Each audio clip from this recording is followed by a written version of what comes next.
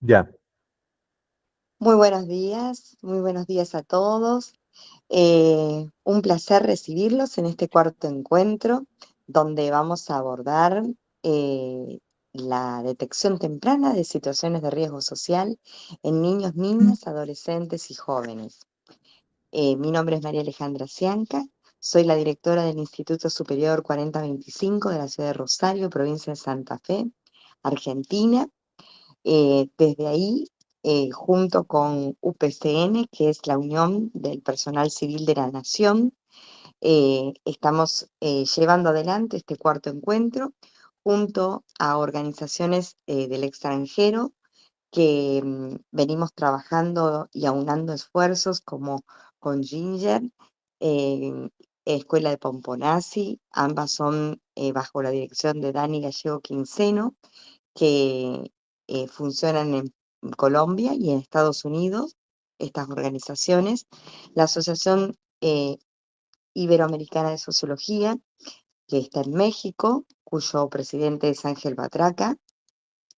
El Comité de Derechos Humanos, Justicia y Paz de Ecuador, de donde son nuestras expositoras en el día de hoy, eh, que está bajo la dirección de José Cepeda. Tenemos el reconocimiento que para nosotros es muy importante del Parlamento Mundial de Educación, que el director y presidente de ese importante, eh, eh, diríamos, grupo de profesionales es el doctor Gabriel Pirato Massa. Y bueno, no puedo dejar de mencionar también a quienes hacen posible esto bajo la representación legal, que es el licenciado Diego Panoso Cénere, que es el representante legal del Instituto 4025, y el señor Jorge Molina, que es el secretario general de UPCN. Hoy, bueno, nos acompañan dos doctoras ecuatorianas que van a abordar este tema desde el lado de la salud. Venimos haciéndolo desde el lado psicológico, desde lo psicopedagógico, desde la ley. Ahora es el momento de abordar todo el marco de esta problemática desde el lado eh, de la salud, cómo incide esto, ¿no? En la salud mental y cómo podemos detectarlo y cómo incide en tanto los niños, las niñas y adolescentes.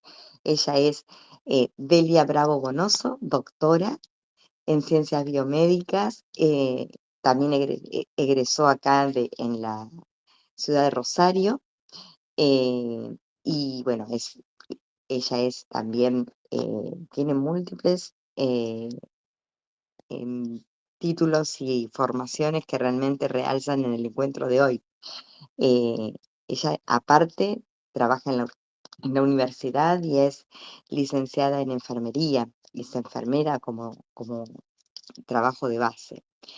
También tenemos con nosotros a Susana Delgado, que también es doctora en ciencias biomédicas. Ella también trabaja junto con Delia en el territorio, en lo que es el día a día de la enfermería y en lo que es el campo académico. Ambas son investigadoras y realmente es un honor para nosotros darles la bienvenida, chicas. Doctoras, buenos días.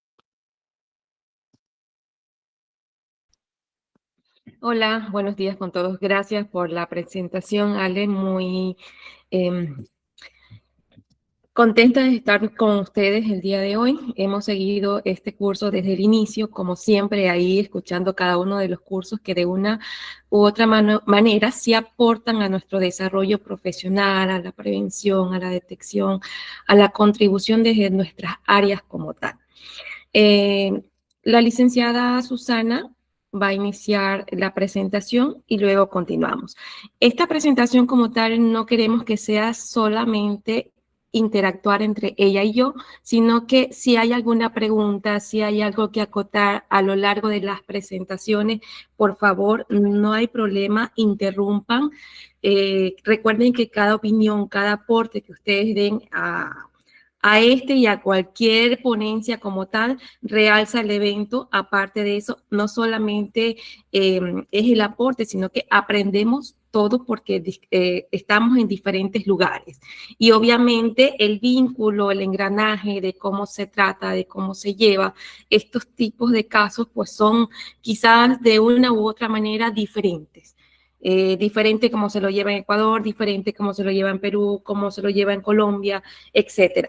Entonces, sí es importante escuchar también el aporte de cada uno de ellos. Al final de las presentaciones vamos a tener un video que sí necesitamos que ustedes lo vean, lo analicen para poderlo discutir y dar nuestra opinión, nuestro punto de vista al final del mismo.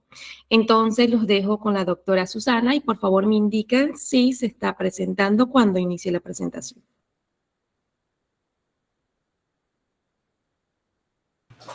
Hola, buenos días. Bueno, ya lo indicó, ya lo mencionó mi querida Ale y mi colega Delia Bravo. Bueno, el día de hoy, no sé si nos presentas las diapositivas, Licendelia, para poder iniciar.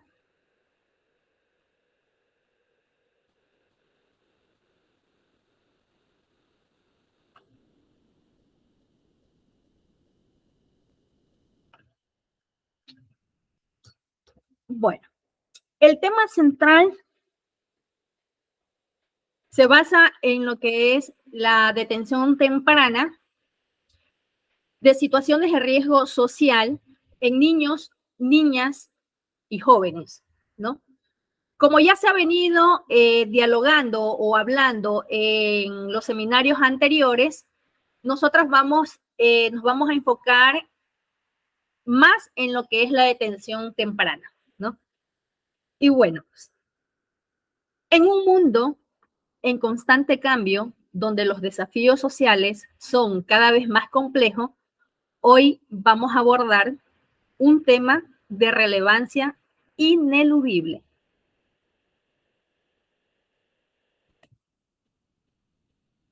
Con el tema de detención temprana de situaciones de riesgo social en niños, niñas, jóvenes y adolescentes. Para esto tenemos también los objetivos de esta temática, que como primer objetivo tenemos sensibilizar sobre la importancia de la detención temprana de indicadores de riesgos social en niños, niñas y adolescentes. Como objetivo 2 tenemos comprender los indicadores de riesgo social y su impacto. Como tercer objetivo, explorar estrategias efectivas de intervención en situaciones de riesgo social.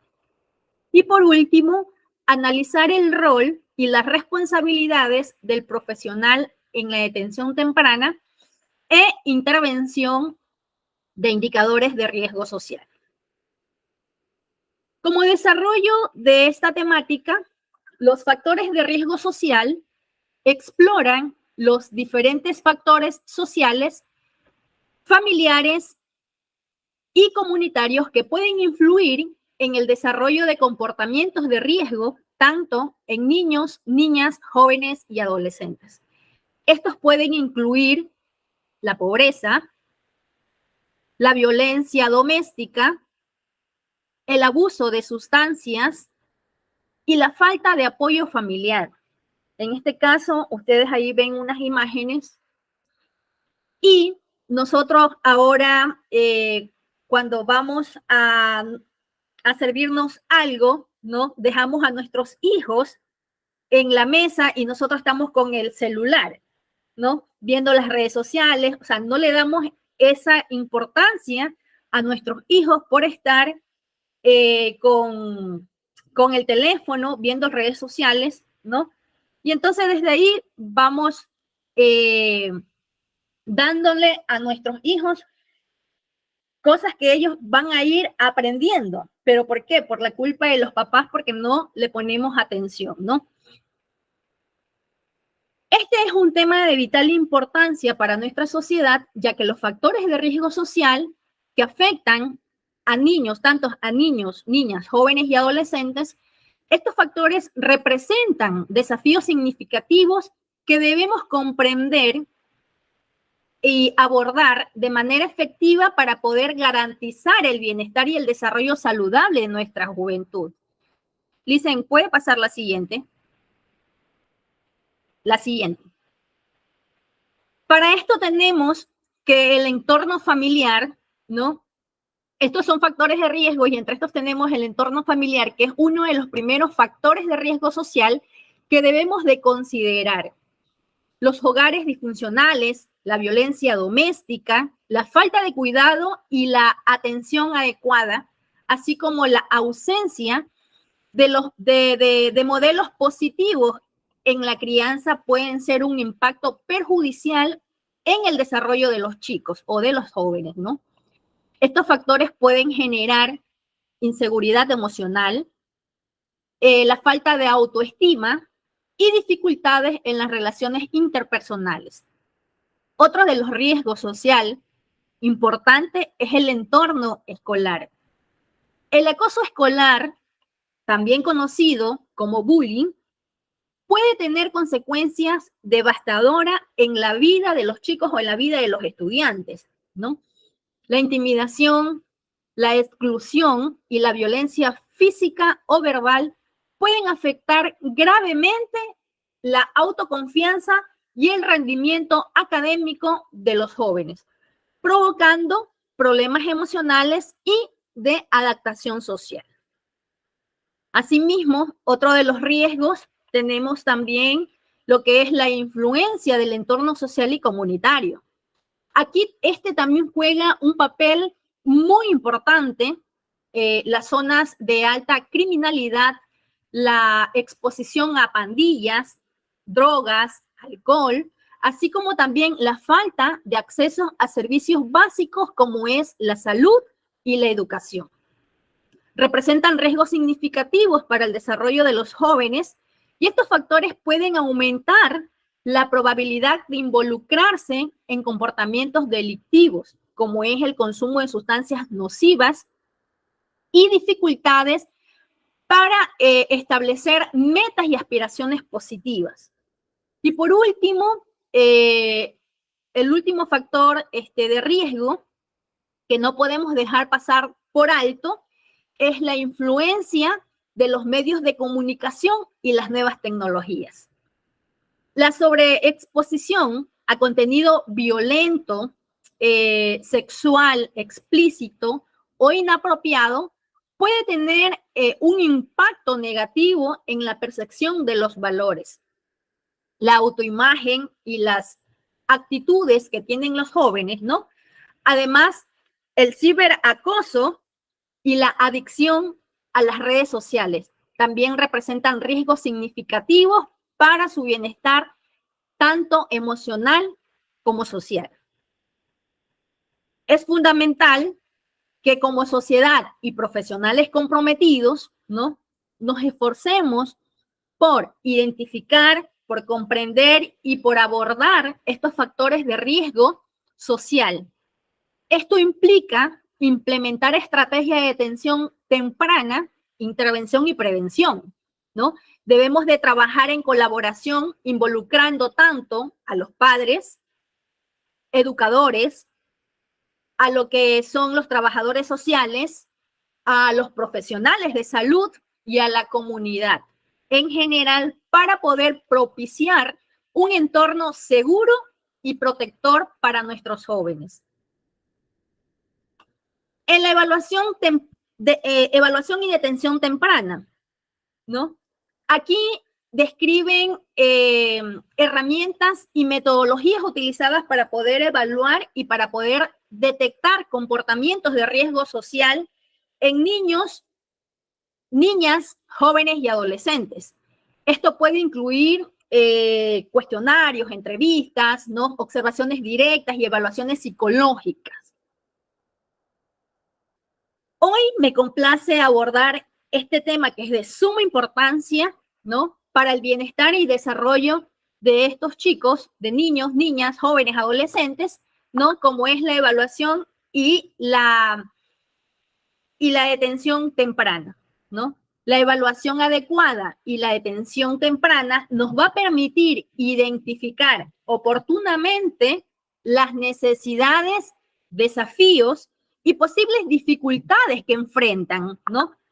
Lo que a su vez nos va a permitir intervenir de manera oportuna y brindar el apoyo necesario para poder maximizar su bienestar y potencial.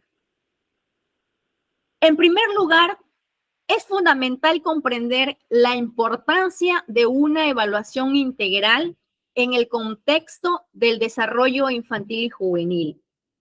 Para esto, la evaluación integral implica considerar todos los aspectos relevantes de la vida de los jóvenes, como su salud física, como el desarrollo cognitivo, las habilidades socioemocionales y el comportamiento. Esto nos va a permitir obtener una visión completa y holística de su desarrollo y poder así detectar posibles áreas de preocupación.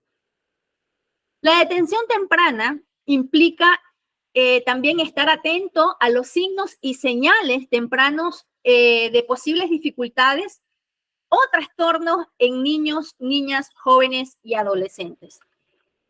Esto puede incluir observar el comportamiento de estos chicos, ¿no? Tienen comportamientos inusuales, tienen retraso en el desarrollo, dificultades también en el rendimiento escolar, cambio en el estado de ánimo de los chicos o problemas en las relaciones interpersonales. Para esto, la detención temprana nos permite intervenir antes de que los problemas se intensifiquen y tengan un impacto significativo en su vida diaria. Existen diversas herramientas y métodos de evaluación que pueden utilizarse para poder evaluar el desarrollo y detectar posibles áreas de preocupación. Bueno, ya mencioné que las herramientas pueden incluir cuestionarios estandarizados, las entrevistas estructuradas, ¿no? Las observaciones sistemáticas, las pruebas psicológicas y las evaluaciones educativas. Es importante utilizar estos métodos que sean confiables, ¿no? Así como también contar con los profesionales capacitados en su administración e interpretación, ¿no? También la evaluación y detención temprana deben ser enfoques colaborativos que involucren a diferentes profesionales y partes interesados. Entre estos se pueden incluir, ¿no? Los padres, los educadores, los psicólogos, los trabajadores sociales y los profesionales de la salud. La comunicación abierta y la colaboración entre estos actores son muy fundamentales para poder obtener una comprensión completa de la situación de los jóvenes y así poder desarrollar un plan de intervención adecuado y personalizado. Es importante, pues, poder destacar que la evaluación y la detención temprana no se limita a identificar problemas y dificultades, sino que también nos va a permitir identificar las fortalezas y habilidades en nuestros jóvenes, ¿no? En nuestros niños, niñas, jóvenes y adolescentes. Hay que reconocer y potenciar las fortalezas, ya que esto nos va a ayudar a desarrollar estrategias de intervención basadas en sus capacidades y así poder promover un desarrollo positivo y saludable. Siguiente, Lizzy. La siguiente.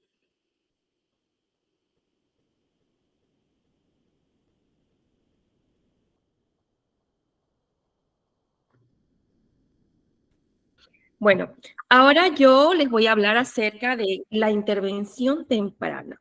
No sé si hasta ahora ustedes tienen alguna pregunta, alguna duda que la doctora Susana nos pueda despejar por ahora.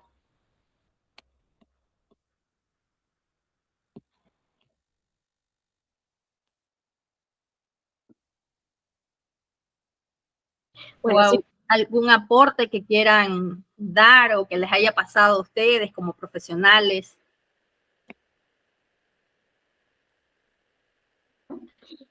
Bueno, entonces continuamos y dejamos las preguntas para más adelante. Bueno, nosotros cuando hablamos de una intervención temprana como tal, aquí se discute mucho la importancia que tiene ese gran término de intervención. ¿Cómo hacerlo? ¿Qué vamos a hacer? ¿Por qué? ¿Para qué? ¿Y cómo debemos hacerlo? Sin lugar a duda, esta intervención temprana se basa en esos comportamientos de riesgo social que hemos venido viendo a lo largo de lo que va de este curso como tal.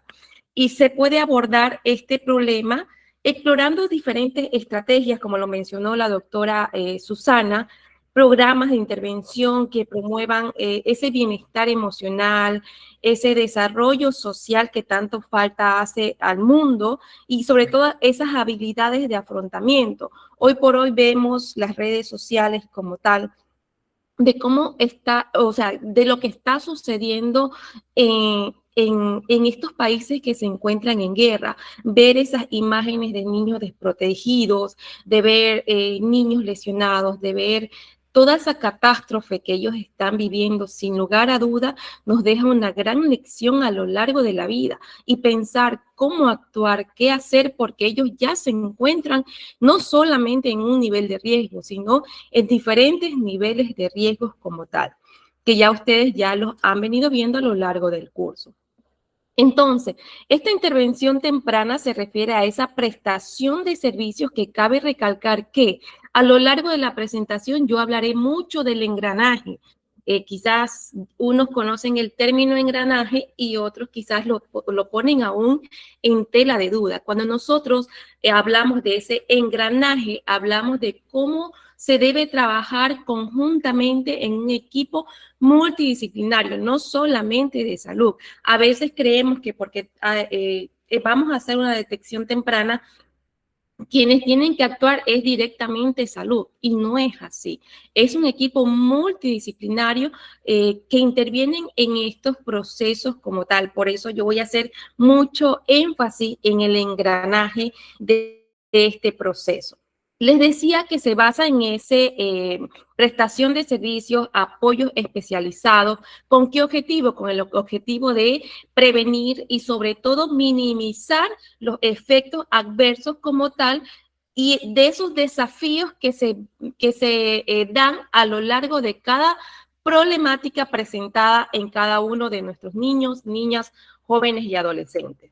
Ahora, ¿en qué se basa esa detección temprana? Aquí es importante conocer cuál es la importancia, sobre todo, de esa detección temprana de las posibles dificultades o de las ya dificultades que presentan este grupo vulnerable como niños, niñas, jóvenes y adolescentes.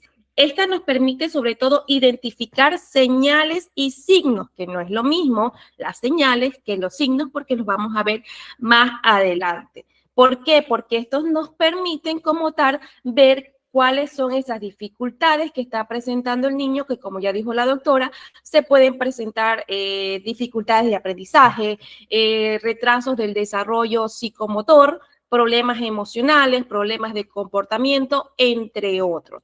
Entonces, ¿en qué se basa como tal esa intervención temprana?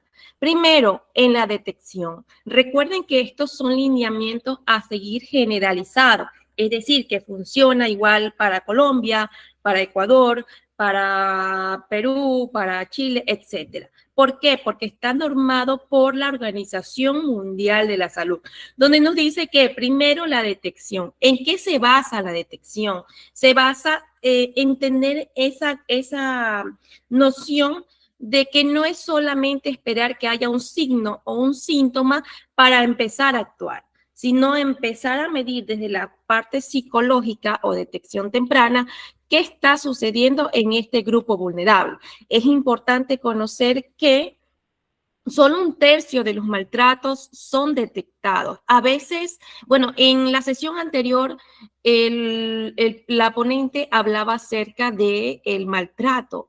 Y yo le decía, bueno, no podía encender la cámara ni el micrófono, no sé qué pasó. Pero yo en los mensajes decía que también nosotros nos volvemos cómplices, porque, a ver, siendo realistas y viendo la realidad actual, ¿quién no ha escuchado que el vecino está maltratando a un niño? Todos. Y me pregunto, ¿hacemos algo?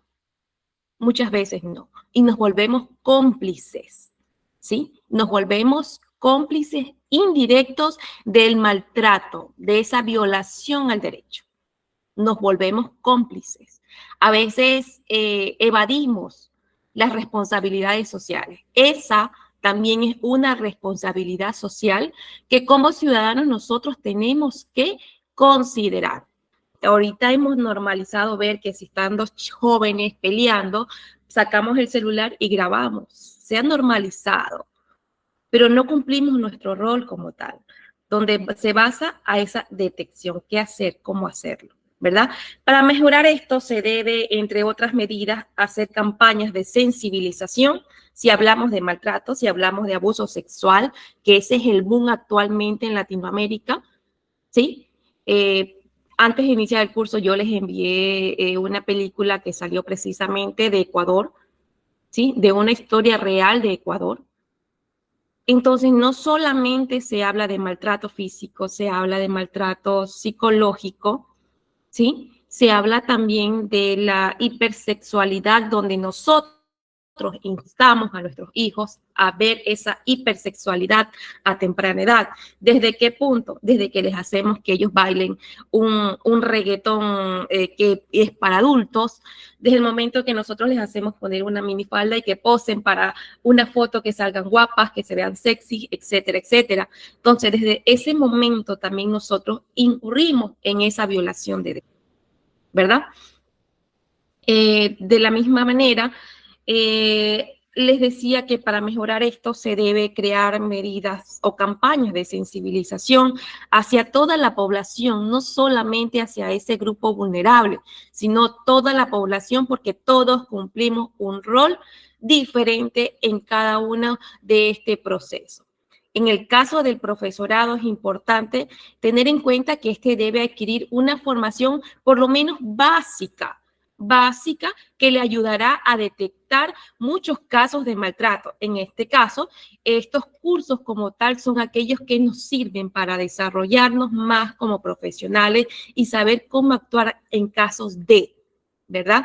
Los profesionales que también trabajan en esa área minúscula, no tanto minúscula, sino en esa área de la infancia, es decir, donde se trabaja con niños muy, muy pequeños. Acá nosotros le decimos el preescolar, no sé allá cómo le digan o cómo le digan en otros lugares, pero son aquellos niños que ingresan a la etapa escolar de 3 a 5 años, ¿verdad?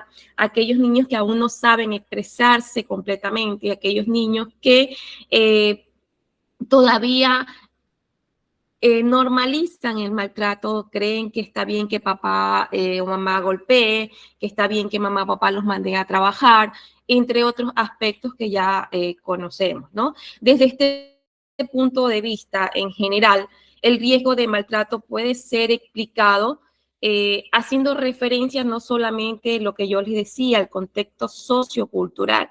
Cada cultura es diferente. Latinoamérica como tal es diferente al continente europeo en el sentido de que en Europa ustedes no escuchan tanto de que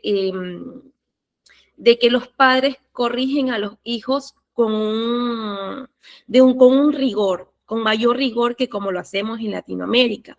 Por ejemplo, le hablo de unos 30, 40 años atrás, que anteriormente en las escuelas acá en Ecuador, el profesor tenía una regla de madera larga, ¿no?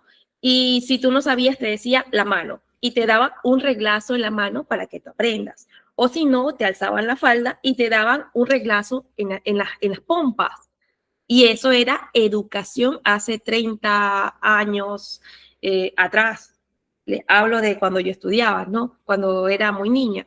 Entonces, ¿cómo ha cambiado ahora? Y yo ayer escuchaba precisamente un psicólogo hablar donde decía, bueno, y aparte también lo escuché de la doctora en la sesión anterior, que decía, ahorita tú no puedes mandar a ver al representante de uno de tus estudiantes porque viene más bravo, que justifica la acción del hijo en lugar de entender o comprender o escuchar cuál fue la detonación, cuál fue el punto de partida para el actuar del niño, sino es que ya ahora no existe ese respeto como tal. Entonces, y todo depende de ese aspecto sociocultural en el que uno se desarrolla, en el que uno se cría, en el que uno se desenvuelve como tal. Cabe mencionar que con el pasar de los años, la situación cambia y sí, han ido cambiando, pero ¿qué vemos ahora? Hace 15 años para Ecuador, les hablo más de Ecuador porque obviamente vivo la realidad de Ecuador. Entonces, hace 15 años atrás se quitó esa situación de la rectitud a la enseñanza, se quitó ese privilegio que tenían los docentes de tener voz y voto, ¿sí? Y ahora ya no lo hay, no lo hay. Pueden tener voz, pero no hay voto, no hay defensa, no hay quien contribuya o fortalezca ese rol como tal. Entonces, aparte de eso, tenemos la notificación. ¿Qué pasa con la notificación luego de que existe una detección? Acá en Ecuador depende de dónde se produzca el evento. Hablemos del nivel escolar. ¿Qué sucede? Acá en Ecuador, nosotros cuando ya se hace una detección y hacemos una notificación, nosotros lo hacemos. A nivel de preescolar lo hacemos con el DESE, que el DESE acá se lo conoce como una dirección de educación continua y de observación a estos niños que son infractores, que cometen alguna situación, donde aquí interviene no solamente el profesor, intervienen padres, interviene el psicólogo, el orientador profesional, ¿ok?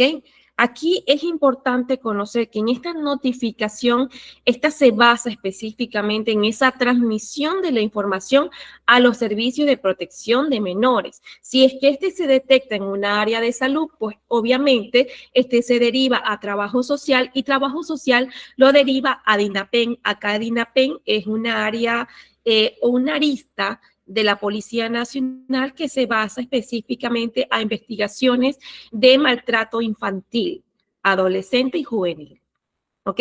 De esta misma manera, cualquier persona que tenga datos sobre un posible maltrato hacia un menor debe notificarlo. Es lo que se dice en teoría, ¿sí? Y yo creo que sucede en todo el mundo. Se dice en teoría, pero la práctica es diferente.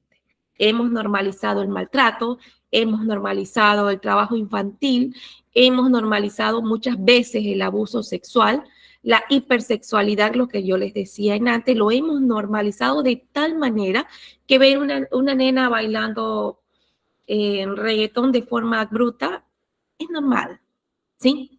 Es normal desde el punto de vista de que lo hemos normalizado, porque ya es tan común verlo.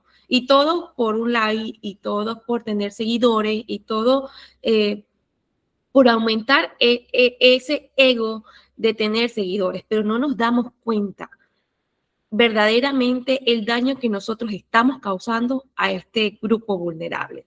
Entonces, muy importante que la notificación se incluya mucha información sobre qué, sobre, por ejemplo, la identificación de los datos generales y específicos del niño que ha sido maltratado, que obviamente se ha evidenciado, sea porque presenta marcas, sea porque el niño te lo dice, sea porque identificas que el niño está aislado, que el niño tiene dificultad de aprendizaje y comienzas a indagar qué sucede, por qué, porque eso es lo importante, nosotros saber identificar cada signo y cada característica que presentan estos niños que son vulnerados como tal.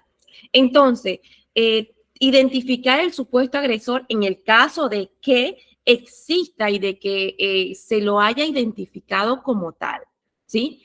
El propio informante o detector, como le podamos decir, tiene que también incluir sus datos. ¿Por qué? Y eso es lo que nosotros no queremos muchas veces, ser partícipes de una denuncia, como decían en el caso, las sesiones anteriores. Y precisamente es por ese proceso tedioso, por las represalias que pueden existir, no solamente para uno en el supuesto caso de que yo denuncie, sino también para la familia en general. ¿Ok? Hoy por hoy vivimos un mundo, un Latinoamérica muy violento. Ecuador es un país que se ha vuelto muy, muy violento, que bueno, eh, de eso lo hablaremos más adelante. Entonces, en ese sentido, hablamos de la recepción de la notificación. ¿Qué sucede con esta recepción de la notificación? En este punto de la recepción de la notificación, aquí es donde ya se inicia la actuación de los servicios sociales, donde interviene el Ministerio de Salud Pública, donde interviene policía, en nuestro caso DINAPEN, donde interviene psicólogos, orientadores sociales, vocacionales, bueno, un conglomerado de profesionales que interactúan o actúa en estos casos dependiendo de cuál ha sido el caso detectado. Si es violación, si es acoso, si ha sido violencia, entre otros. Todos actúan de una manera diferente desde la especialidad en la que ellos se basan como tal. Entonces, esta recepción de notificación como tal tiene objetivos. ¿Y cuáles son esos objetivos? Determinar si se trata o no de un caso de competencia que ya sea social o que requiera servicios más especializados. Aparte de eso, seleccionar y recoger sobre todo la información, lo que les decía, la identidad del niño, sobre todo el rol social donde él se desempeña, que es lo más importante en este caso, porque eso nos determina la violencia o el tipo de violencia al que estos niños como tal o estas víctimas como tal están sujetas. Entonces, hablamos de la investigación de la notificación. En esta cuarta fase nosotros podemos hablar de que su finalidad como tal es asegurar que las decisiones que se tomen para abordar la problemática como tal estén bien fundamentadas. ¿Y cómo se van a fundamentar? Con el tercer punto, que era la recepción de la notificación, donde se encuentran las evidencias del maltrato o de la violencia por la que ha sufrido este niño, niña, joven o adolescente como tal. Descubrir y comprobar las características del incidente, eso es muy importante. Ver cuáles son las características del incidente o podemos decir de la situación de desamparo en que se encuentra el menor como tal. Otro de los objetivos podríamos citar el evaluar los riesgos a los que ellos están vulnerables, o quizás esos riesgos como tal que presentan o puedan producir riesgos vitales para ellos como tal, ¿no? Evaluar el grado de las necesidades en las que están cubiertas, garantizar la protección del menor, eso es muy importante. Bueno, acá en Ecuador sí se considera mucho esa situación. Desde el primer momento que se capta un niño violentado, maltratado, abusado, actúa la DINAPEN, que ya les dije es un ente de la policía como tal, donde al momento de que ellos detectan de que ese niño ha sido abusado o maltratado, lo que hacen es ponerlo a buen recaudo, ¿sí? Ponerlos a buen recaudo y detener madre y detener padre para investigación. Eso sí es un punto a favor que hay que rescatar de la policía acá en nuestro país, que sí se enfoca en velar por esa situación. Entonces, garantizar la protección del menor, estudiar las respuestas de la familia a la intervención. Si ustedes han podido ver, últimamente en las noticias, acá ha habido mucho deceso de niños y los actores son padres, los actores son cercanos. Ha habido cifras alarmantes que se las muestra un poquito más adelante. Entonces, la evaluación del caso, que es nuestro quinto punto, esta evaluación del caso como tal se inicia cuando se llega a la conclusión de que el caso como tal es de competencia de protección a menor, como en este caso yo les dije, el DINAPEN. El proceso de este estudio para la evaluación del caso depende de todos los aspectos para la toma de decisiones y sobre todo el plan de actuación. Que este plan de actuación como tal se basa en la misma identificación y el actuar y seguimiento, ¿sí? Pero aquí este plan de intervención como tal tiene objetivos o fases a seguir, ¿sí? Como identificar el tipo de maltrato, evaluar al menor o al niño o a la víctima a profundidad, analizar las deficiencias que existen familiares. Hoy por hoy, el censo actual de nuestro país nos dice que ha aumentado el número de familias monoparentales, ¿sí? Es decir, hay esa destructuración familiar donde más se observa la madre y sus hijos, ¿sí? Sin la presencia paterna. Y ha aumentado de forma alarmante, ¿no? Entonces, al hablar del plan de actuación, se trata de esa organización o de organizar un plan realista, pero ¿a qué nosotros decimos realista? Es decir, que sirva de inicio a fin, desde la detección hasta el control y por último la evacuación de la víctima en este caso. Definir el estado legal de menor, acá por lo general pasan a casas, hogares, ¿sí? Donde el Estado se encarga de proveer todas sus necesidades como tal. En este plan no solamente actúa directamente hacia la víctima, sino que también se basa en la ayuda a la familia, en el caso de que las víctimas, de que los victimarios sean ajenos a la familia, ¿no? Apoyos específicos del menor como rehabilitación, terapias, apoyos compensatorios, apoyo escolar, orientación profesional, y sobre todo esa promoción de recursos como habilidades sociales que ya todos conocemos. Entonces, en esta intervención, este plan de actuación se basa en 3 ejes, en la intervención, el seguimiento y la evaluación. Que bueno, hice ese conglomerado al momento de hablar del plan de actuación. En este caso, nosotros nos preguntamos muchas veces, ¿qué sucede? ¿Quiénes tienen que actuar en este caso? ¿Cuál es el rol que desempeña cada uno en este proceso?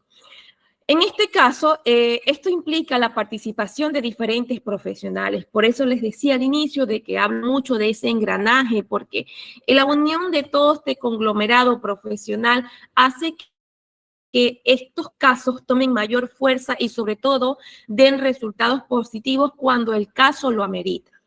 Ustedes me dirán, pero ¿por qué hay casos que no lo ameriten? ¿Por qué? Porque decir que todos los casos lo ameritan, no podemos decir, porque muchas veces la culminación de esta detección termina en la muerte de los niños, ¿sí? De los jóvenes, de los adolescentes. El suicidio, al menos en Ecuador, de los jóvenes, de los niños, ha crecido de una manera alarmante, y nosotros nos preguntamos, ¿qué estamos haciendo? ¿Dónde están los psicólogos? ¿Dónde están los profesores? Lo más importante, ¿dónde están los padres? ¿O dónde estamos los padres? Porque también soy mamá, ¿no? ¿Dónde estamos? Y a veces la respuesta es muy sencilla. Estamos frente a un celular, estamos de fiestas muchas veces, estamos sumergidos en el rol laboral, donde trabajamos hasta tarde, donde vemos a nuestros hijos 2, 3 horas hasta que ellos descansan. Y entonces te preguntas, ¿qué estás haciendo? ¿Qué vale más? ¿A qué le estás dando mayor importancia? ¿Cuál es nuestro rol?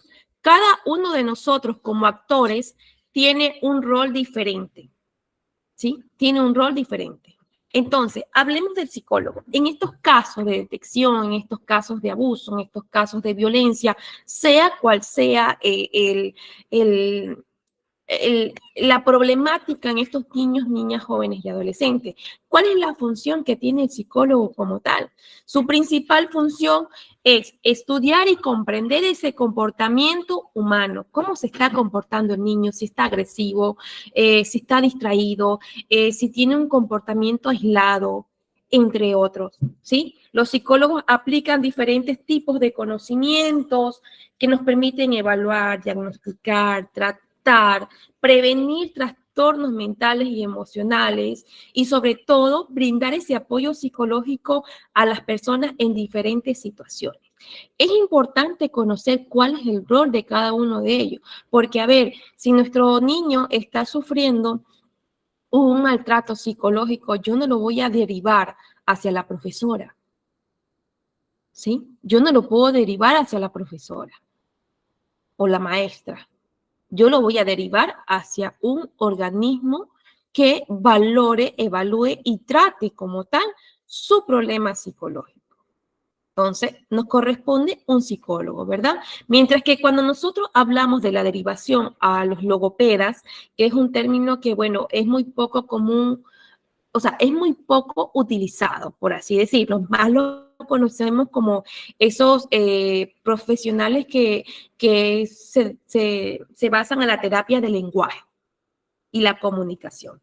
No los conocemos como logopedas, sino como el terapista del lenguaje, como el terapista comunicacional, ¿verdad? Pero en sí son logopedas.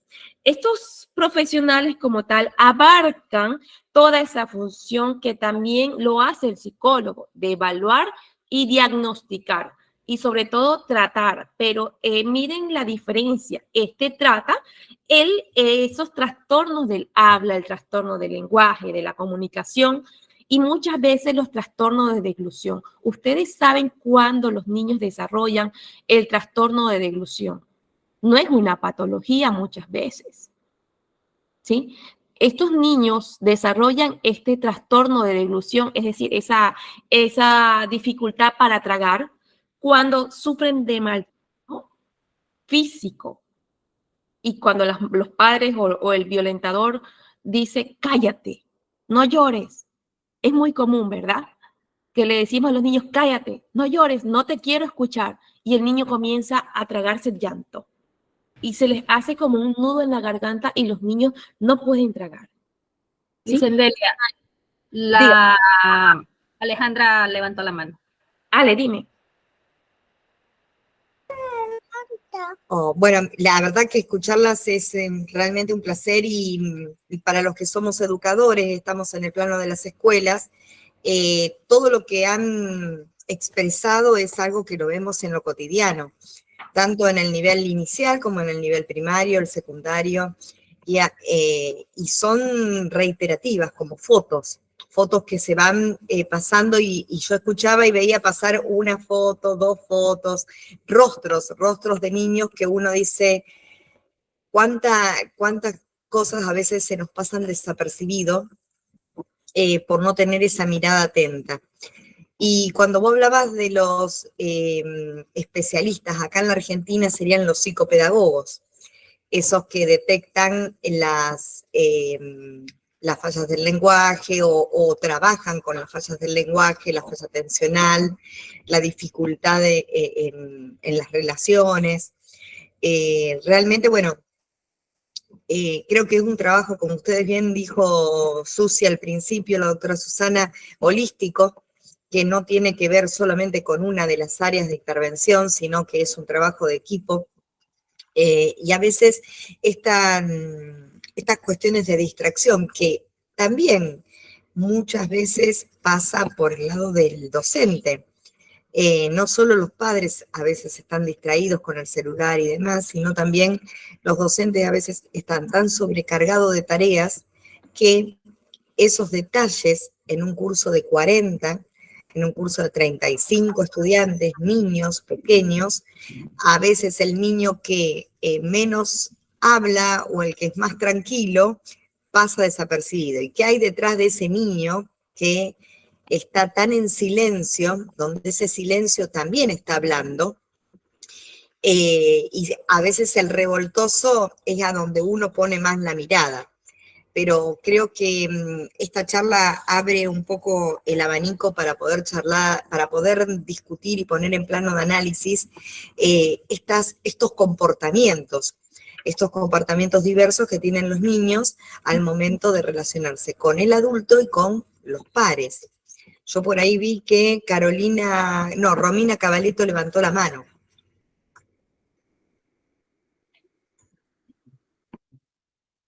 Hola, ¿qué tal, Delia? ¿Cómo te va? Te habla Romina Cavalletto de Rosario.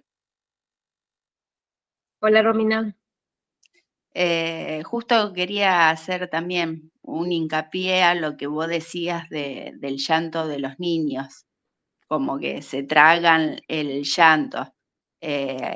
Yo soy asistente escolar y me ha pasado de que los niños, sí, cuando tienen alguna problemática, en el comedor se nota de que ese niño no come.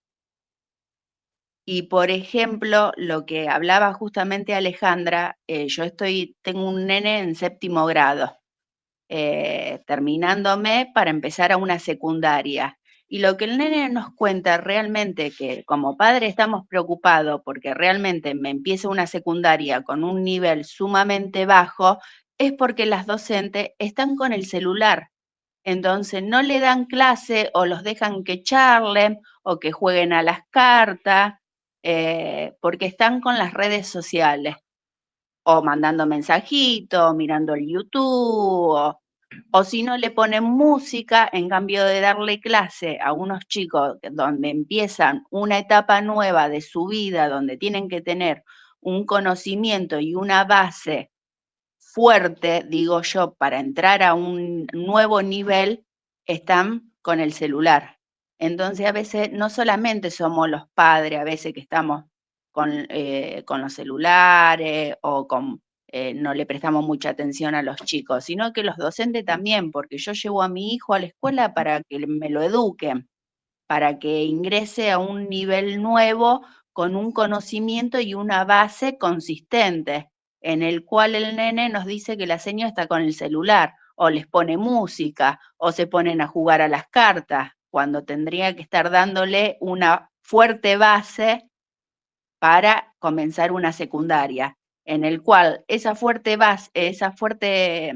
base yo la tengo que pagar, porque yo tengo que pagar aparte una maestra particular para que le dé esa base que el nene no me aprende en la escuela, por este motivo.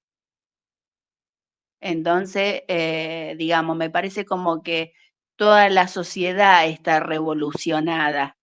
Ayer, por ejemplo, me pasó un caso donde mi hijo, el que está en la secundaria, se fue a jugar a la pelota con los chicos y iban a la casa de un compañerito. El papá los insulta. Imagínate, por una tontería del hijo, pero insulta a todo el grupo. Imagínate cuando el nene viene acá con el grupo de sus amigos, porque uno de los chicos dice, bueno, el tema no da para más, entonces nos vamos, y se vinieron para mi casa, le digo a mi hijo, le voy a escribir al padre, a uno de los padres, porque el nene tiene 2 papás, yo conozco a uno, le digo, porque a vos no te tiene que por qué insultar nadie, si no te insultamos nosotros, que somos tus papás, le digo, no tiene que venir nadie de afuera. Pero me parece como que la sociedad está desmagrada, digo yo siempre, donde no tenemos tolerancia, donde no tenemos respeto, donde no hay empatía con el otro. Si yo tengo una opinión y vos tenés otra, es motivo para insultos, en cambio para charlarlo como adultos. ¿Por qué? Porque vos tenés tu forma de pensar y yo tengo la mía. No por eso yo te tengo que insultar a vos y vos me tenés que insultar a mí. A mí me ha pasado en los grupos, yo en otras clases lo he comentado. Entonces realmente me parece que está como muy distorsionada la sociedad, Y el profe, la semana pasada, el profe creo que Sergio, dijo realmente de que las palabras que usó fue, bueno, se me fue de la cabeza, lo tenía en la cabeza y se me fue. Sí. Y vos decís, está como que estamos en una sociedad donde no tenemos tolerancia, donde es todo a base de insultos. Entonces me parece como que ha cambiado lo que el profe decía, que lo que antes era normal, hoy parece como que no es normal. Cuando a mí me enseñaron que vos entrabas a un lugar, te doy un ejemplo simple y a lo mejor puede ser tonto, pero vos entrabas a un negocio y decías buenos días, buenas tardes. Hoy entras a un negocio acá en Rosario, decís buenos días, buenas tardes y parece como que estás diciendo unas malas palabras, porque te miran pero no te saluda ninguno. Entonces me parece que la educación de antes ya como que se perdió a lo largo de estos años. Entonces, por eso te digo, la verdad es que me parece que lamentablemente estamos viviendo en una sociedad donde se ha desmagrado desde la educación, desde el respeto por los padres, el respeto muchas veces de los chicos a los padres, no es el caso mío, pero bueno, sí, mis hijos, por supuesto que van a la escuela, nos cuentan, el insulto de los alumnos a los docentes. Entonces vos decís, es todo, digamos, está todo revolucionado. Bueno, Sí, ese era como mi sí, aporte. muchísimas gracias. Y tienes toda la razón. Hoy por hoy ya no hay valores, no hay principios. Yo digo, sí, la primera escuela es la casa. Siempre se los digo a mis estudiantes, yo me relaciono con estudiantes ya jóvenes, entre 19 a 20, 30, porque también tengo estudiantes muy de una edad mayor. Entonces, yo siempre le digo, los valores vienen desde la casa. Yo llego y desde el señor que limpia, estoy buenos días, buenas tardes, bueno, o sea, es algo que ya no depende de uno, o sea, y yo le digo a mis estudiantes, si ingresan, la puerta está cerrada, ya todos estamos adentro y alguien llega tarde y entra como perro por su casa, perdónenme la expresión, yo le digo, se regresa. Se regresa. Yo lo siento mucho, se regresa. Toque la puerta, buenos días, ¿puedo pasar? Así me enseñaron en mis tiempos. Y al menos es lo que yo le enseño a mis hijos, porque tengo 3 hijos. Y les digo lo mismo, se levantan de la mesa, buen provecho, gracias. Son valores y principios que ya no se fomentan en esta sociedad. Y si ustedes se han dado cuenta, se han analizado, después de la pandemia, de ese confinio que todos vivimos, ya no hay tolerancia, estamos todos como que explosivos, como que desesperados, en la calle tú vas en el auto y si te paras un ratito y el carro de atrás está y pita y pita y pita, que es una desesperación. La gente anda como acelerada por todos lados, no sé si allá lo pase, pero acá pasa eso. No tenemos tolerancia, el mundo se ha vuelto muy violento. Igual en todas Sí, partes. sí, acá pasa lo mismo. Acá a lo mejor te demoraste un segundo en un semáforo y ya es los bocinazos y los insultos. Exactamente. Entonces vos decís, bueno, pero espera un minuto, digamos, todo el mundo como que está alterado, todo el mundo está apurado, vos decís, no hay tolerancia de al prójimo, digamos, no hay empatía, ¿no? Digamos, ya hay un montón de valores que lamentablemente, es feo decirlo, pero realmente yo me quedo con los valores que aprendí de chica, que es lo que justamente vos decías, es decir, gracias, buenas tardes, buenos días, permiso, puedo pasar, digamos, eran los valores que nos enseñaban a nosotros y hoy todo eso lamentablemente, se ha perdido. Se ha Sí, perdido. Si vos no digamos, yo también como mamá, no le enseño eso a mis hijos, que así le digo te saluden o no te saluden, cuando entras a un lugar se dice buenas tardes. Pero me ha pasado a mí que la gente se me da vuelta y es como que si vos decís un insulto. Sí, y perdóname que te interrumpa un ratito, pero ¿qué sucede? Está bien, nosotros lo enseñamos en casa, pero cuando el niño va a la escuela, le saluda a la maestra, me ha pasado, y la maestra no es capaz de decirle buenos días. Recuerden que esto es un engranaje, ¿sí? Donde no solamente se basa en la educación del hogar, sino también se complementa en la etapa escolar, donde también se deben fomentar valores, independientemente de que la primera escuela, que es el hogar, se dé. Pero no lo hacemos porque nos cuesta salir del punto de confort, ¿ok? Nos cuesta salir de ese punto de confort donde yo puedo parar un ratito, se me ocurre, ¿no? La clase de matemática y decir, bueno, háblame, Juanito, de la responsabilidad. ¿Qué crees tú? Así me enseñaban a mí. ¿Qué es la responsabilidad? ¿Qué es el respeto? O sea, cosas tan sencillas.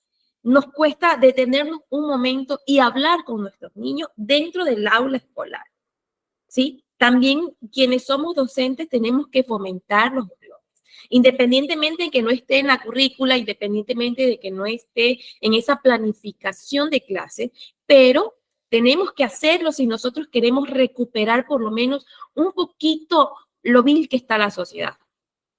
Tenemos que hacerlo, sin que nadie nos obligue, porque este es lo que nosotros vemos en periódicos, en redes sociales, en noticias como tal.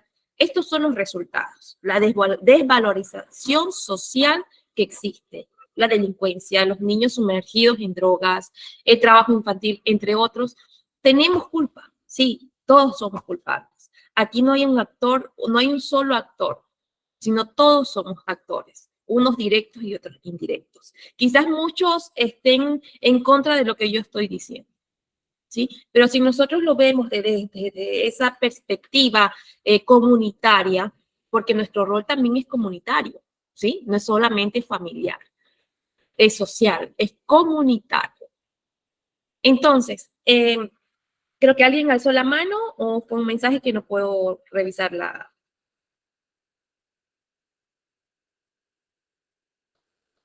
¿No? Bueno, entonces, sigamos avanzando un poco. Les hablaba... Discúlpame, doctora. Alejandra Nogara dice, consulto, uno detecta una situación de vulnerabilidad como asistente escolar. Por ejemplo, un niño cuenta y confía en ese asistente y le cuenta un hecho que vive en su casa. ¿Cómo se actúa? ¿Qué se hace? ¿Cómo se actúa? Precisamente si tú eres maestra, me imagino que allá también ustedes tienen un departamento social o de acción directa con los estudiantes, porque recuerden que nosotros tenemos que seguir un protocolo. Dentro de todas las instituciones existe un protocolo a seguir, donde te dice que primero, si lo detecta la maestra va no de la directora, sino al departamento de orientación social, no sé cómo se llame en Argentina, pero acá se llama Departamento de Orientación Social o Vocacional, donde nosotros derivamos el caso y esa especialista como tal se encarga de hacer el seguimiento, la evaluación, las averiguaciones de qué sucede y ella es la que determina a quién derivar. Dentro de la institución, nosotros como institución no podemos hacer mucho. Si hablamos de una área escolar, ¿sí? Como institución no podemos hacer mucho. ¿Por qué? Porque tenemos normativas, porque tenemos ciertos reglamentos que seguir. Entonces no podemos hacer mucho desde el punto de vista de seguimiento y evaluación. Ale.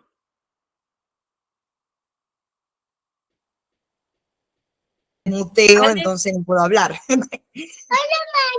En el caso de acá de Argentina y de Rosario específicamente, contestándole... Para un minuto, tengo mi nieta hablando al lado. Espera un minuto que la... Un amor. Entonces, mientras Ale le da amor a su nieta, nosotros seguimos hablando. Precisamente lo que le decía era que como institución no podemos hacer mucho más que detectar más que detectar y hacer el seguimiento. De ahí la derivación del actuar lo hacen ya las instituciones que están enfocadas en ese sentido, ¿sí? Claro que nuestro principal rol como docentes es detectarlo ahí. Porque, como ya decía antes una de las participantes, es que el niño se acerca, nos cuenta, nos dice lo que sucede. Claro, muchas veces el docente dice, ah, que tú te portaste mal, por eso tu papá te castigó. Justificamos la acción del padre. Muchos casos sucede de que se justifica la acción del padre, ¿sí? Entonces, no es el caso de justificar, sino escuchar al niño. No porque sean niños significa de que no hay que escucharlos. Es más, yo siempre digo, estoy en contra del maltrato, del gritar, de decir palabras soeces, al menos a mis hijos, porque ¿quién no dice una mala palabra? Yo sí las digo, ¿para qué les voy a decir que no? Pero hacia ellos, dirigida hacia ellos, no. ¿Sí? Dirigida hacia ellos, no. Y si ellos escuchan, no repiten, porque se les enseña de que son palabras malas y que el niño no tiene que repetir. Nos dice en el chat, nos dicen,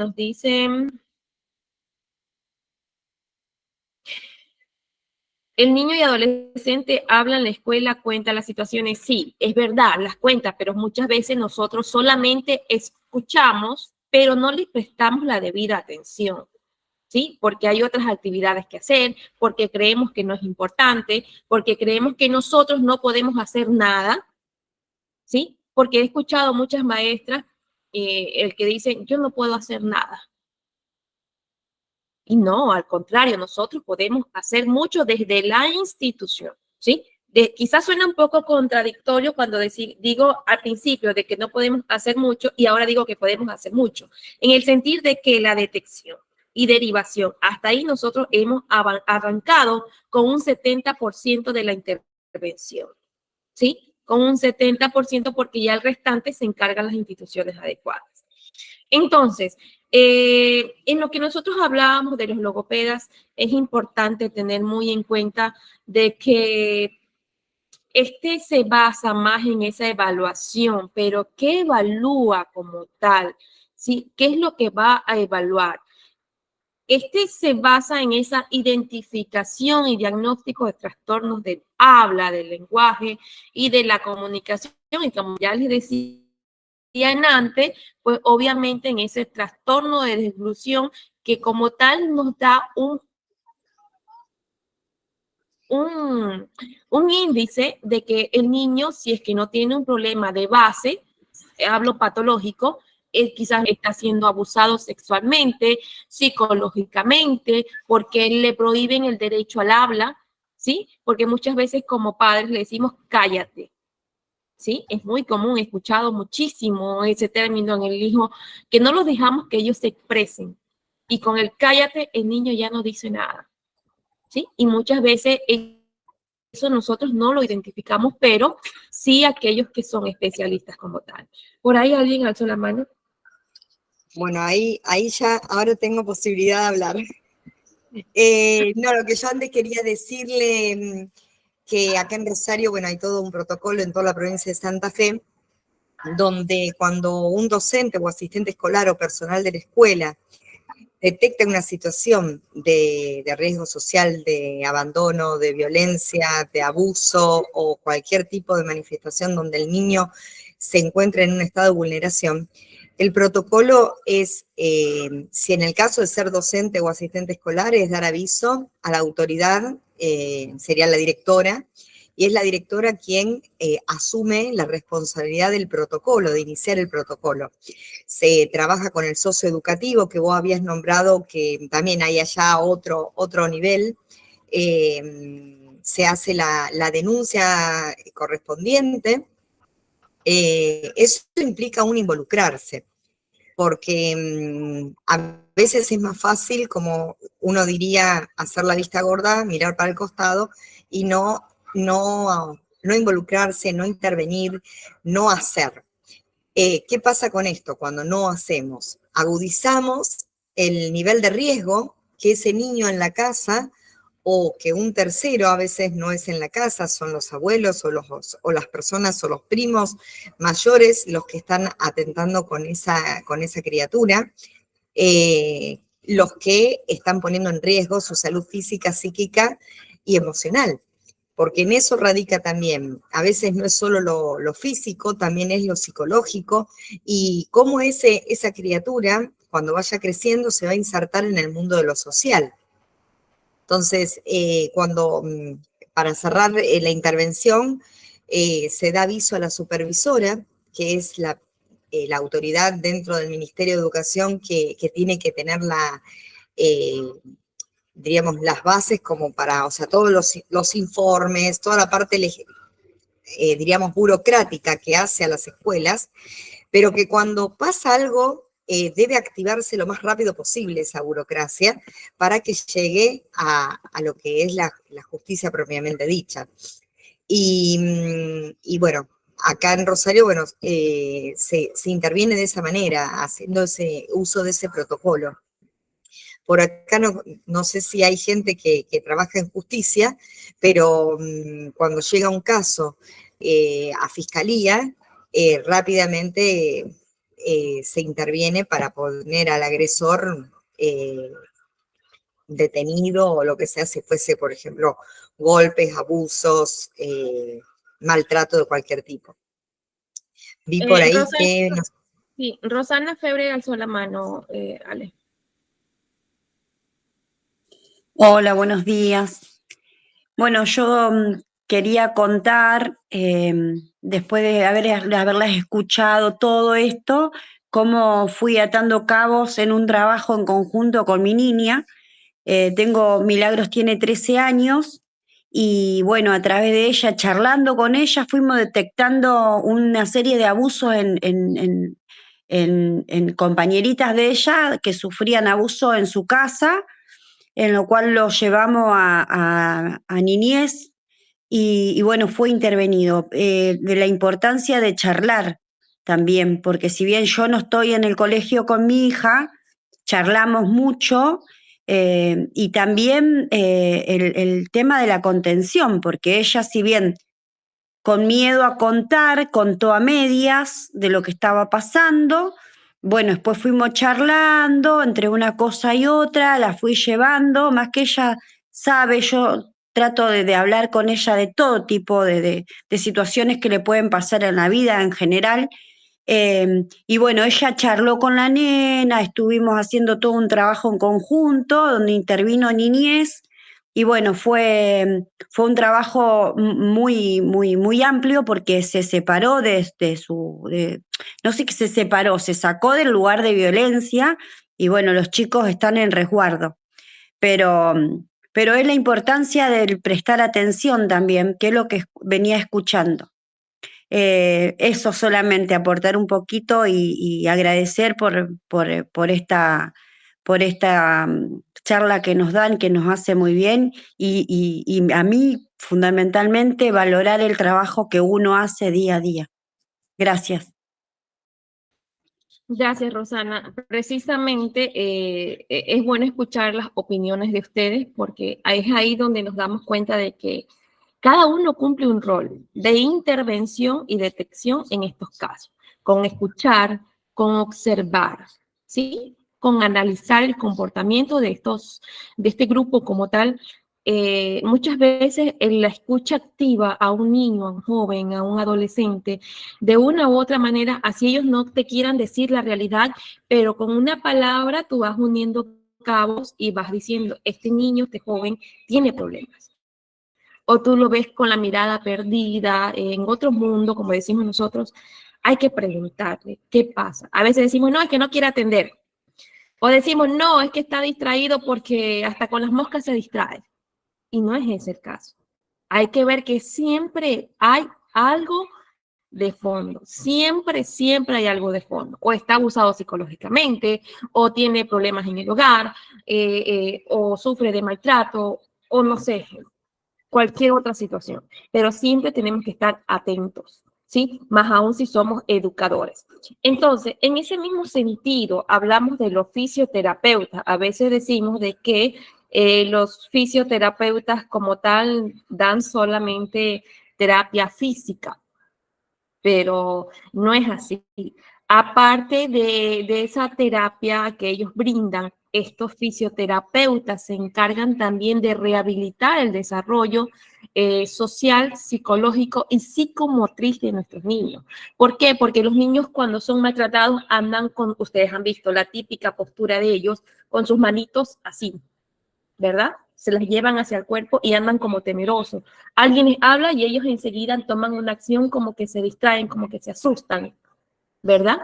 Entonces, esas acciones hacen que se den o se desarrollen ciertas contracturas musculares en nuestros niños.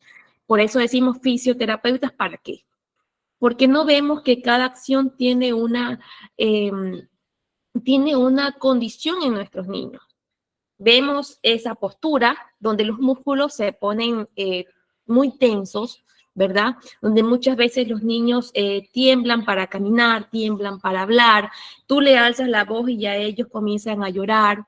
Entonces son muchos los signos que nosotros tenemos que aprender a identificar en estos niños. Y los médicos, obviamente, los médicos también juegan un papel muy importante.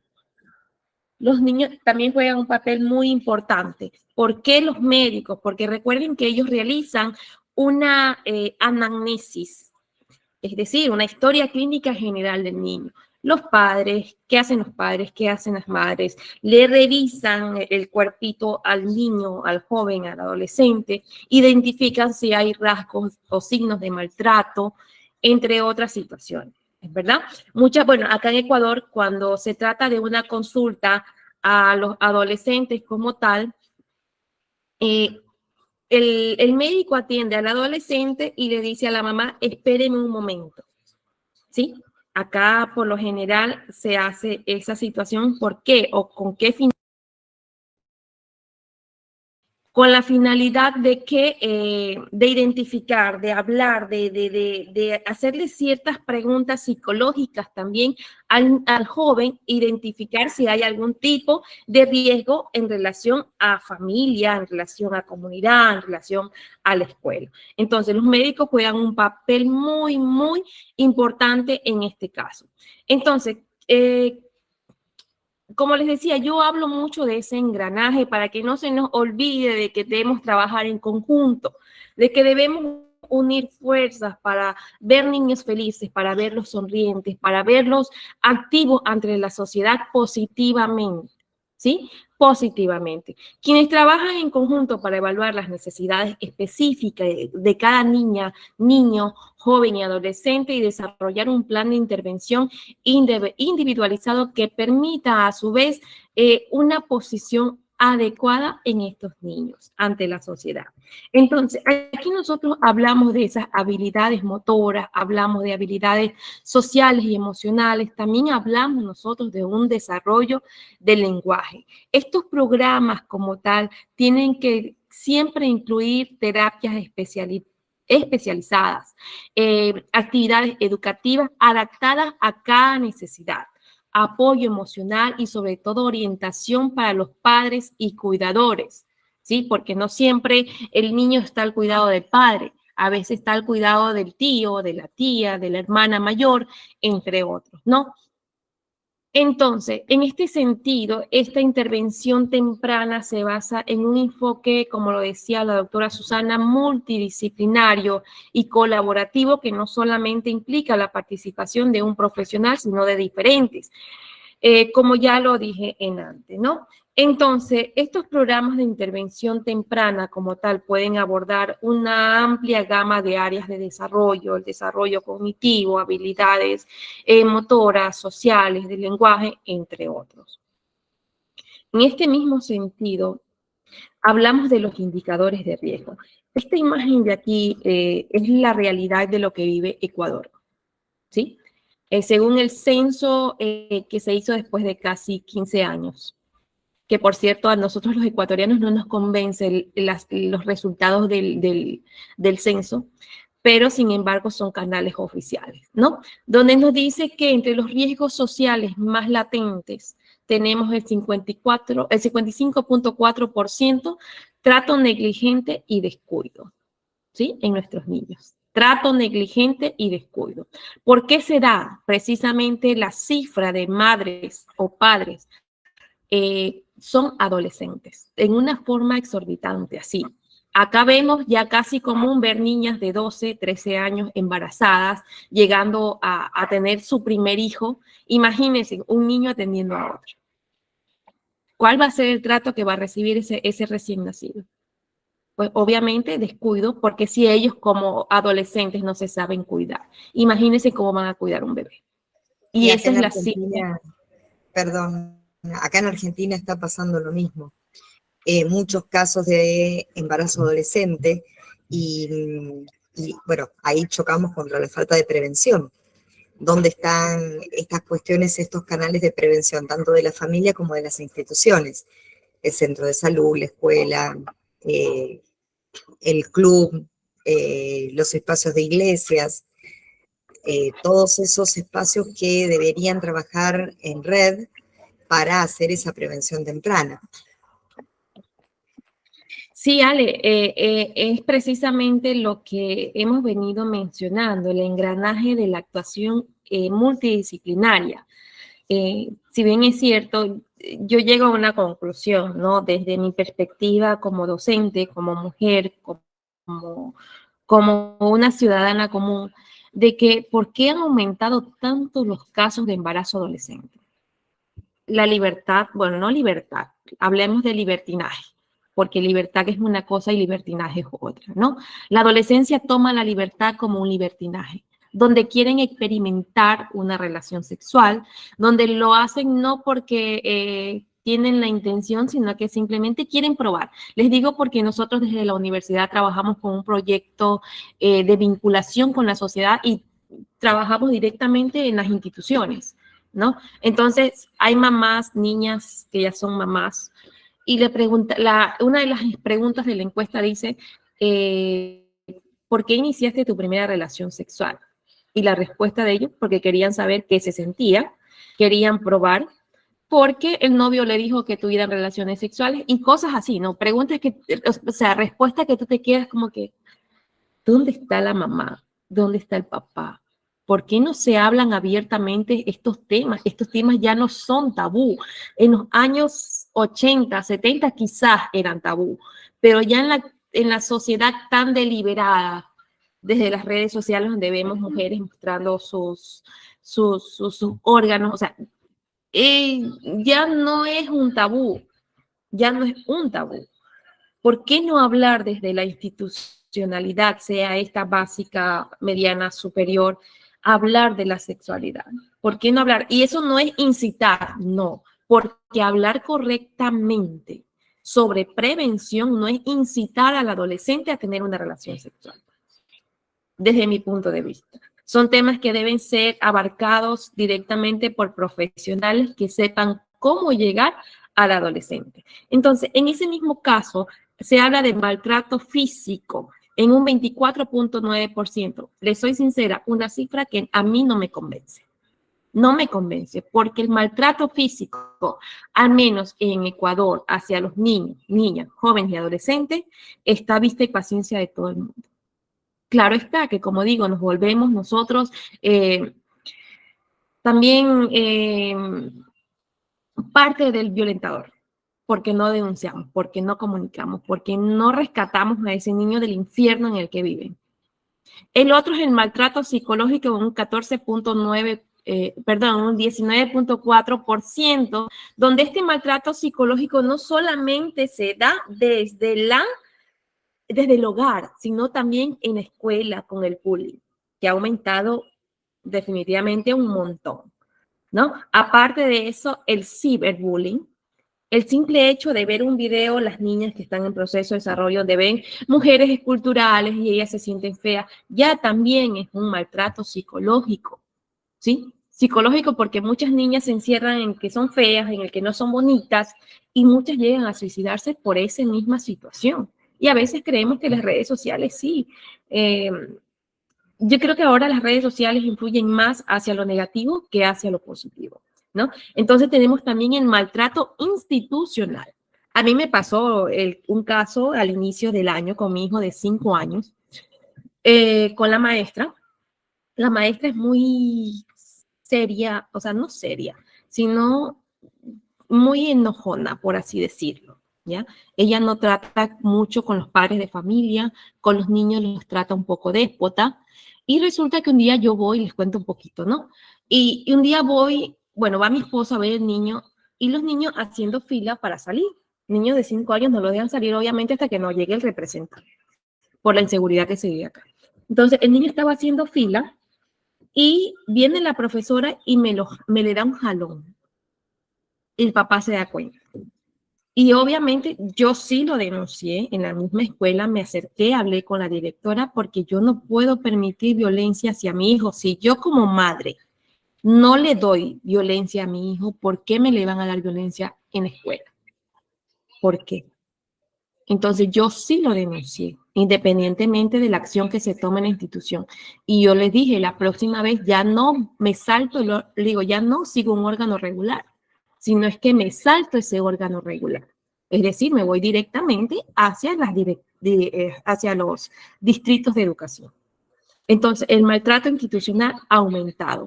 También por el comportamiento que tienen los estudiantes en base a las problemáticas no identificadas.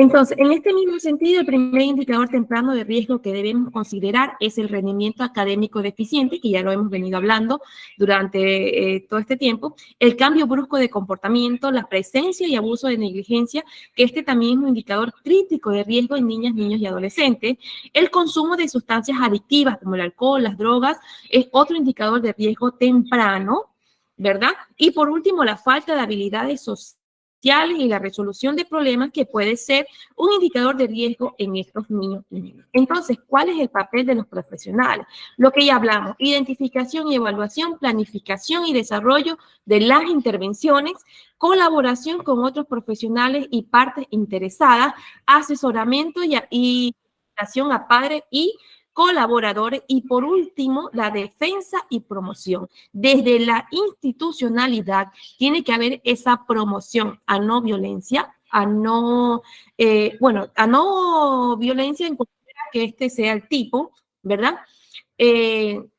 Hacer énfasis en los embarazos adolescentes en cualquier parte del mundo en el que estemos. La prevención es tan importante como tal. Entonces, en ese sentido, ese es el rol desde la institucionalidad.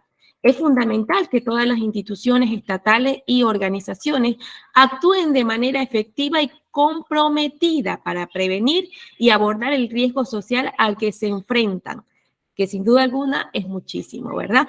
Establecer políticas y marcos legales desde la institucionalidad, implementación de programas y servicios específicos para cada caso, ¿verdad? Prevención del riesgo social a través de la promoción de entornos protectores y el fortalecimiento de las capacidades individuales y comunitarias. En ese sentido, antes de culminar, me gustaría que vean un ratito este video y después lo analizamos.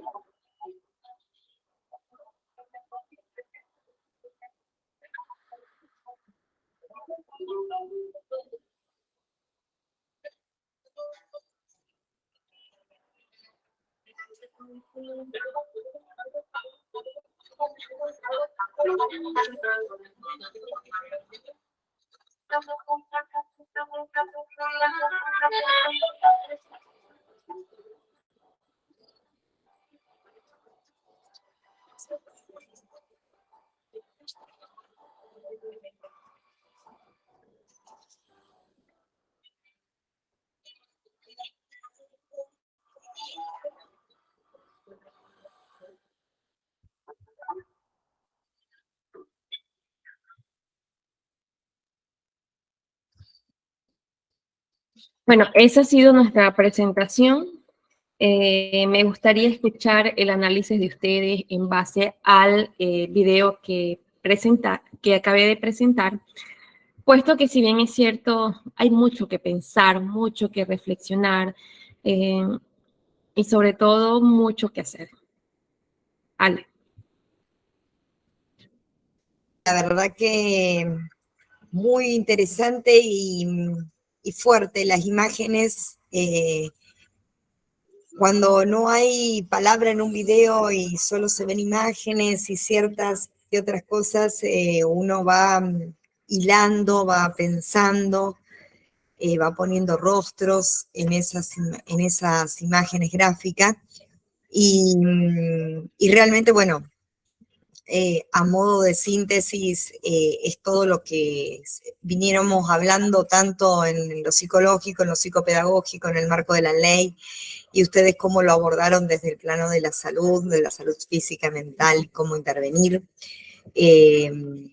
Acá Carolina en uno de los mensajes decía, y es verdad, tenemos un plan nosotros de intervención que es educación sexual integral para poder abordar los casos de prevención de abusos y también de embarazos prematuros. Realmente, bueno, son temáticas que nos atraviesan a todos, no importa en el lugar en donde estemos, si estamos de este lado de América o del otro lado en Europa, creo que el niño es en todas partes, y las situaciones son repetitivas. A lo mejor algunos estados tienen formas más ordenadas y más reguladas al modo de intervenir, otros estamos aprendiendo y viendo que son necesarias ciertas regulaciones, pero ya estar en estos espacios de análisis nos da un punto de partida al momento de repensar y de resignificar qué está pasando. Ya el hecho de estar hoy conectados 40 personas en un vivo y analizando esto nos da una esperanza de que las cosas pueden ser posibles y no de cualquier modo, sino con un trabajo en red, un trabajo interdisciplinario, un trabajo denodado desde las distintas intervenciones específicas desde el ámbito de las ciencias. Vos hablabas de los psicólogos, los psicopedagogos, los médicos, para no llegar a esa medida excepcional que hablaban los doctores la semana pasada, tanto Patricia como Sergio, que el niño se encuentre tan vulnerado en sus derechos que haya que aplicar una medida de corte excepcional y retirarlo de su núcleo de vida o de su centro de vida. No sé si alguien quiere intervenir o decir algo, realmente muy movilizante todo. Agustina Yamila Ceballos.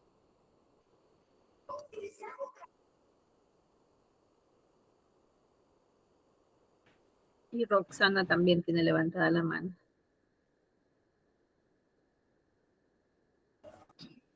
Gracias, Marcela. Sí, la verdad que felicitaciones, chicas, porque lo han hecho de una manera tan clara, tan contundente, porque a veces cuando uno tiene que dar una charla sobre un tema, lo tiene que hacer de una manera sencilla y accesible a todos, para que el que escuche se siente incluido dentro de la charla. O porque a lo mejor no tiene los conocimientos previos, pero si la charla es, y el pasaje de conocimiento es accesible para todos, es donde ahí funciona la transmisión del conocimiento. Es como cuando nos plantamos frente al alumno y no es por subestimarlos, al contrario, es hacer que las cosas sean entendibles y comprensibles para cualquier persona que lo escuche.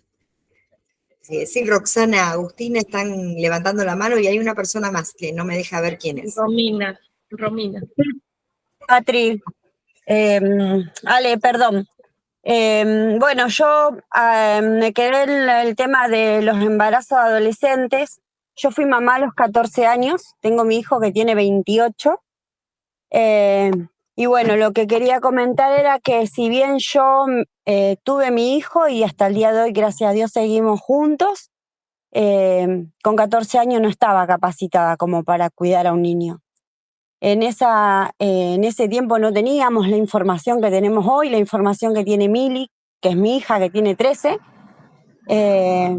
Pero bueno, traté de hacerlo lo mejor posible y hoy me doy cuenta que mi hijo lo amo con toda mi alma, pero muchas cosas que me hubiesen gustado hacer como niña, como adolescente, las perdí. Y entonces hoy, al ver la juventud, cómo con tantas herramientas terminan las nenas 12, 13, 14, 15 años con todas las herramientas que tenemos hoy, eligen ser mamá y yo digo, ¿cómo en ese momento no teníamos toda esta herramienta como para uno poder cuidarse, ¿no? Como niña lo pienso. Y también lo comparto con ellas en lo que puedo. Pero bueno, estamos trabajando y me sigo en este tema y vuelvo a repetir, me encantan las charlas. Y a veces hoy, cuando decimos que el aborto sea legal y demás, lo cuestiono un poquito, pero a la vez sigo pensando que todo esto tiene que tener una mejora en todo sentido.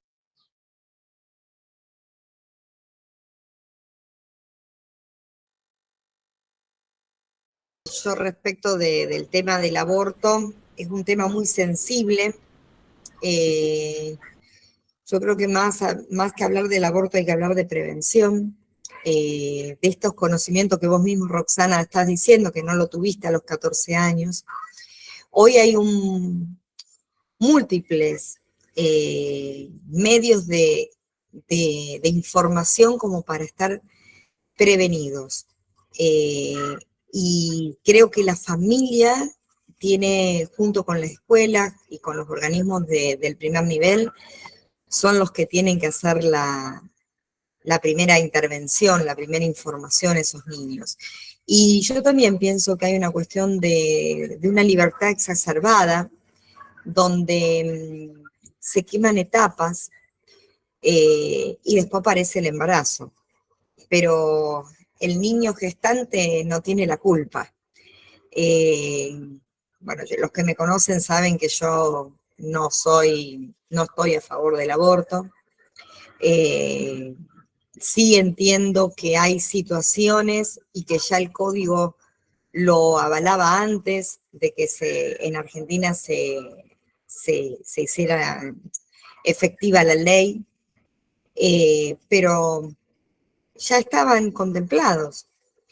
O sea, yo no estoy en lo personal de acuerdo con si uno tiene un embarazo no deseado, y bueno, sí, es muy sensible el tema. Yo tengo una opinión muy personal sobre eso. Sí, Ale, te cuento que, bueno, acá en Ecuador, aunque no es legal el aborto, pero es muy común ver a las jovencitas con el libre acceso a comprar medicamentos para abortar. libre acceso, libre porque dicen necesitan receta médica, pero tú vas, pides en la farmacia un medicamento X, que acá todos los conocemos, pero es un medicamento X, las jovencitas lo compran, Claro. lo toman y muchas veces, muchas han fallecido por hemorragias, porque no saben cómo tomarse, cómo aplicarse, porque son pastillas que se toman y se aplican. Entonces, y tú ves, llegan las niñas, las jovencitas, a las unidades hospitalarias con sangrado, con mucho dolor en el vientre y obviamente un aborto incompleto, ¿no? Porque ellas no saben cuándo se las debe aplicar, que claro, se las aplica en casos de, por ejemplo, niños que vienen con problemas específicos, se me ocurre por violaciones, etcétera, etcétera, pero no, acá hay un libre acceso a que ellas vayan, compren y se lo administren sin medir las consecuencias como tal. Por eso yo insisto en que tiene que haber más regulación en cuanto a la prevención antes de llegar al embarazo. Y si no, el cuidado temprano de la prevención. Dado a que hoy las sociedades cambiaron y los niños y las niñas están más estimulados, porque es una realidad, hay un cúmulo de estímulos sensoriales a nivel de redes sociales, de televisión, donde no lo teníamos hace 50 años atrás, 40 años atrás. Bueno, entonces más tempranamente hay que intervenir, tanto con los varones como con las mujeres, para que esto sea realmente preventivo y no llegar a que la exposición de la niña en un aborto donde se desangran o hasta llegan a la muerte. Gisela No, levantó la mano, parece, Gisela. Hola, ¿qué tal? Buenos días. Bueno, yo estaba escuchando a Alejandra y bueno, casualmente yo coincido plenamente en lo que habla, en lo que charlan todas ustedes, por supuesto. Este tema del tema de la prevención, todo esto ayuda muchísimo. También entiendo que se ha politizado también lamentablemente mucho este tema del aborto. Y lamentablemente ahora hay como dos veredas, donde está el que es pro vida y que quiere, que está a favor del aborto.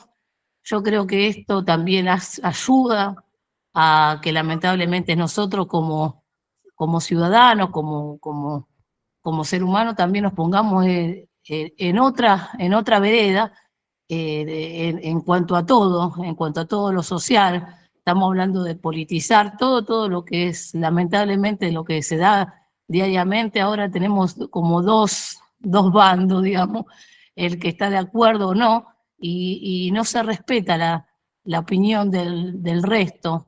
Es como que si vos pensás diferente también le molesta al otro. No nos respetamos en eso. El que piensa de una manera, el que piensa del otro. Justo casualmente yo la estaba escuchando a Alejandra y bueno, y yo creo que hay gente que piensa diferente y no como puede ser. Nosotros somos dueños de nuestros cuerpos. Sí es cierto eso, que somos dueños de nuestros cuerpos, que tenemos el derecho a decidir, pero también creo que también una charla, una prevención ayudaría a que no se llegue a esto, a que nosotros salvemos la vida de este futuro niño o niña y que tenga el derecho a vivir, al que se resguarde con una familia que tantas familias están en busca de esa criatura, de ese bebé, ese sueño que lamentablemente se trunca por algún problema de salud, etcétera, y bueno, y tenga ese bebé el derecho a estar con una familia que lo quiera, que lo respete, y bueno, que vele por todos los derechos. Yo estuve 8 años de tratamiento de fertilidad, pasé por todo, fertilización asistida, por todos los tratamientos, y inseminación artificial, y bueno, pasé por un montón de problemas y veía que, de situaciones emocionales, y veía cuántas familias que tenían a esa criatura rezagada que no lo educaban, que no velaban por su integridad, y uno de la vereda de enfrente decía, cuánto desearía yo tener esa criatura para darle todos los recursos que necesita, ¿no? Entonces esa es mi forma de pensar, ¿no? Que todos, cada uno, me parece perfecto que desee, que haga lo que quiera con su cuerpo, pero bueno, estaría bueno también pensar en que ese bebé en un futuro tenga una familia y tenga los derechos que necesita como todo niño. Así que bueno, esa es mi opinión. Sí, yo también adhiero a lo que vos decís, Gisela. No sé quién más tenía levantada la mano. Yo, Romina Cabaleto. Hola, Romy. ¿Qué tal, Ale? Bueno, en principio agradecerle a las dos porque me sumo a lo que vos dijiste, Ale. La charla fue realmente concreta, fue clara para el idioma, digamos, de los que yo, por ejemplo, no soy docente, no tengo ningún estudio terciario, más que soy una simple asistente escolar, y la verdad que el vocabulario de Delia fue muy, muy claro, muy específico, algo que podamos entender los asistentes escolares. Y después, por ejemplo, de la cuestión del aborto o de las mamás que son primerizas de corta edad. Por ejemplo, en la situación mía, no quedé embarazada de jovencita, pero era algo que en mi casa jamás se habló, cosa que hoy sí se puede hablar. En mi casa, cuando yo era chica o era adolescente, era un tema que no se tocaba. Ni mi mamá ni mi papá me enseñaron ni cómo me tenía que cuidar, ni nada. Uno como que lo tenía que averiguar fuera de la casa a escondidas. Hoy, gracias a Dios, bueno, en ese sentido, la sociedad cambió. Hoy están los centros de salud donde te dan las pastillas, donde te dan los preservativos, donde te informan, donde te dan las inyecciones. Y es más o menos lo que decía una de mis compañeras.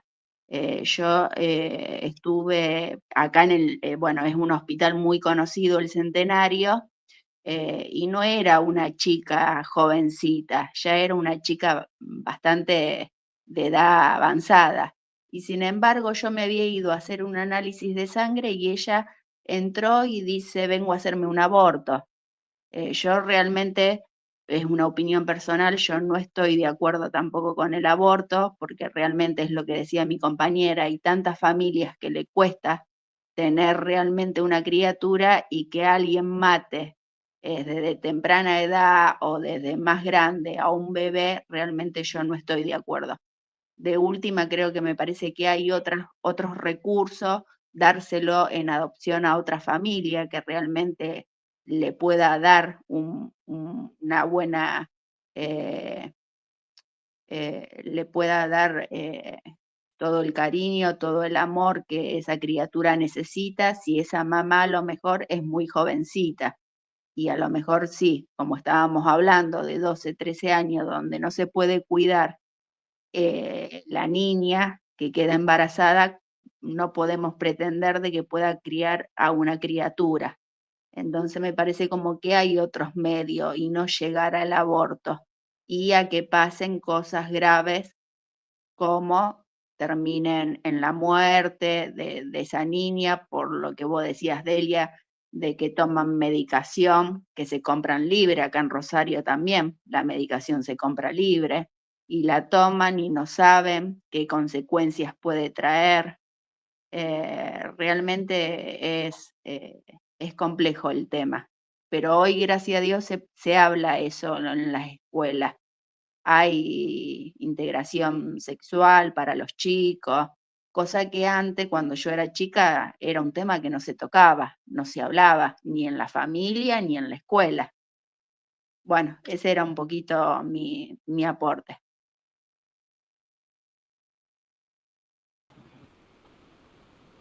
Sí, perfecto. Sí, sí, yo creo que es el sentir de todos y que nos moviliza.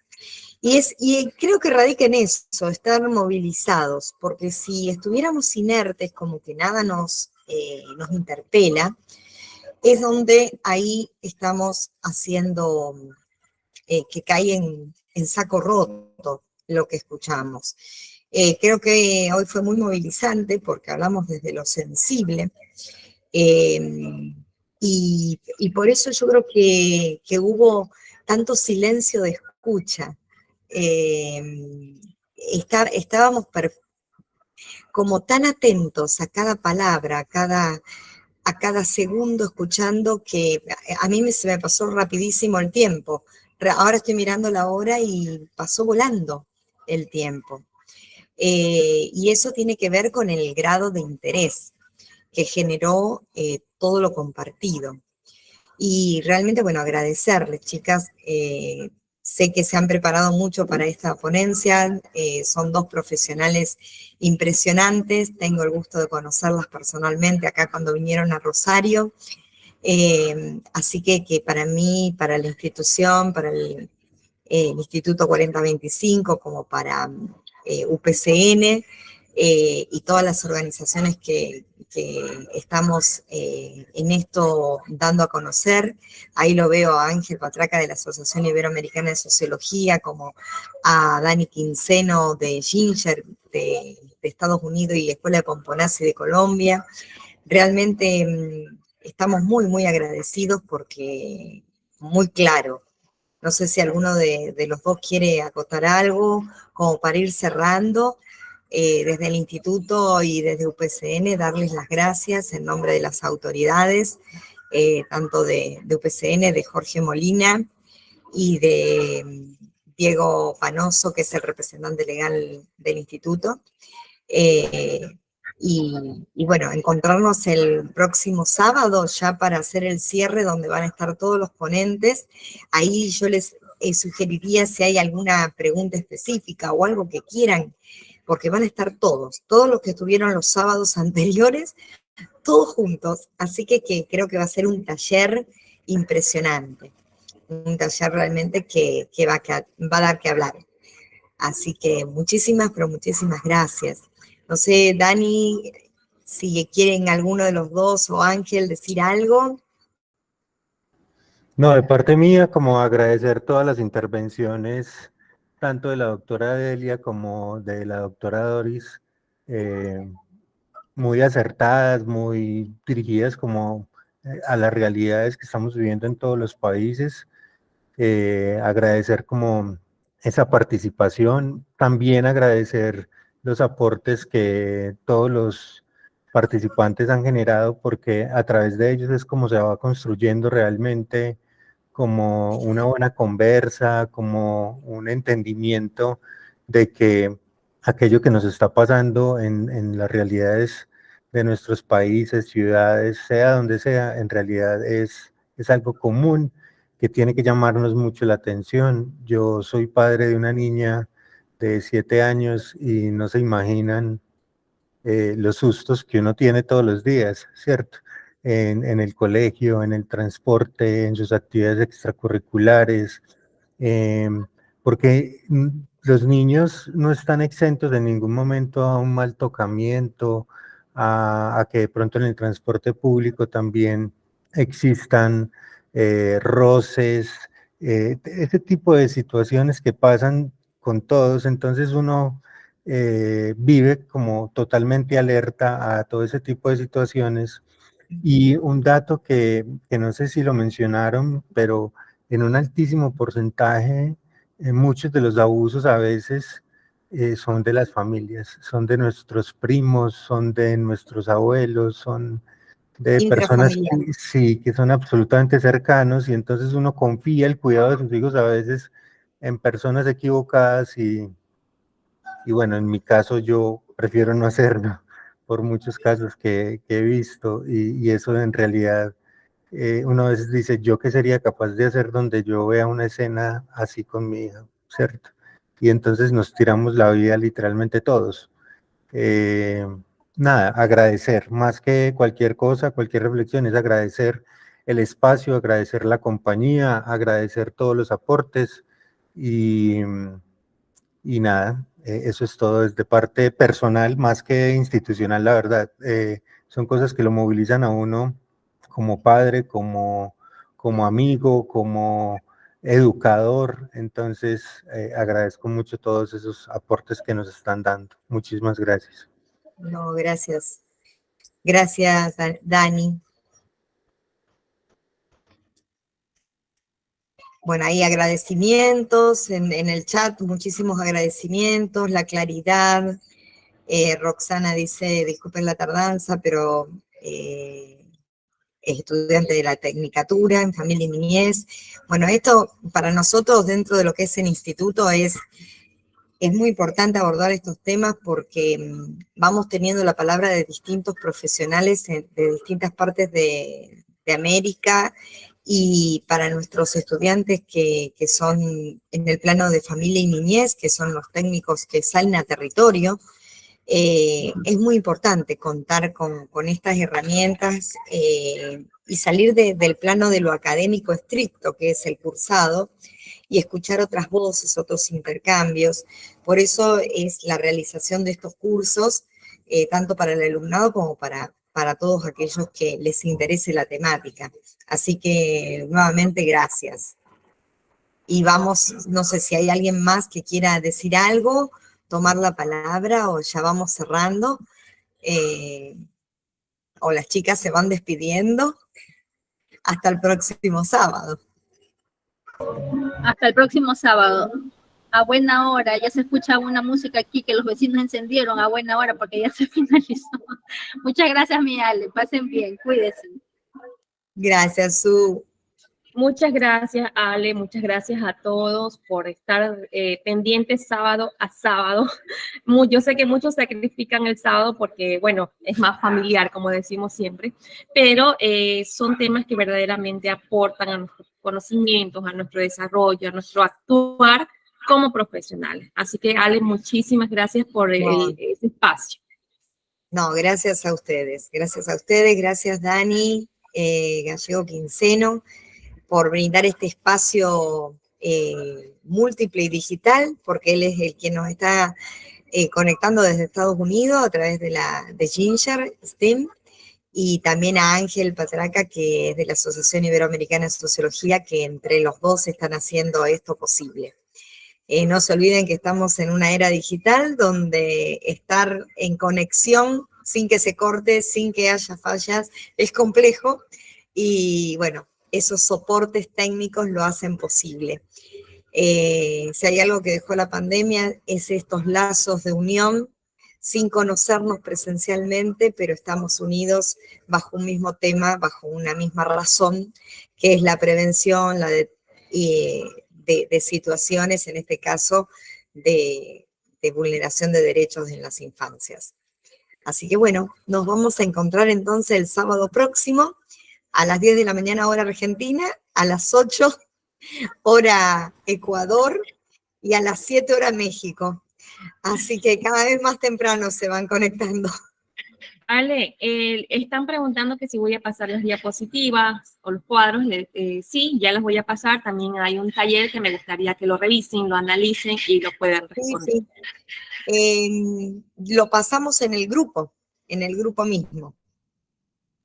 Así que, bueno, entonces será hasta mañana, que tengan buen fin de semana. Acá en Argentina es fin de semana largo. Así que muchas, muchas, muchas gracias.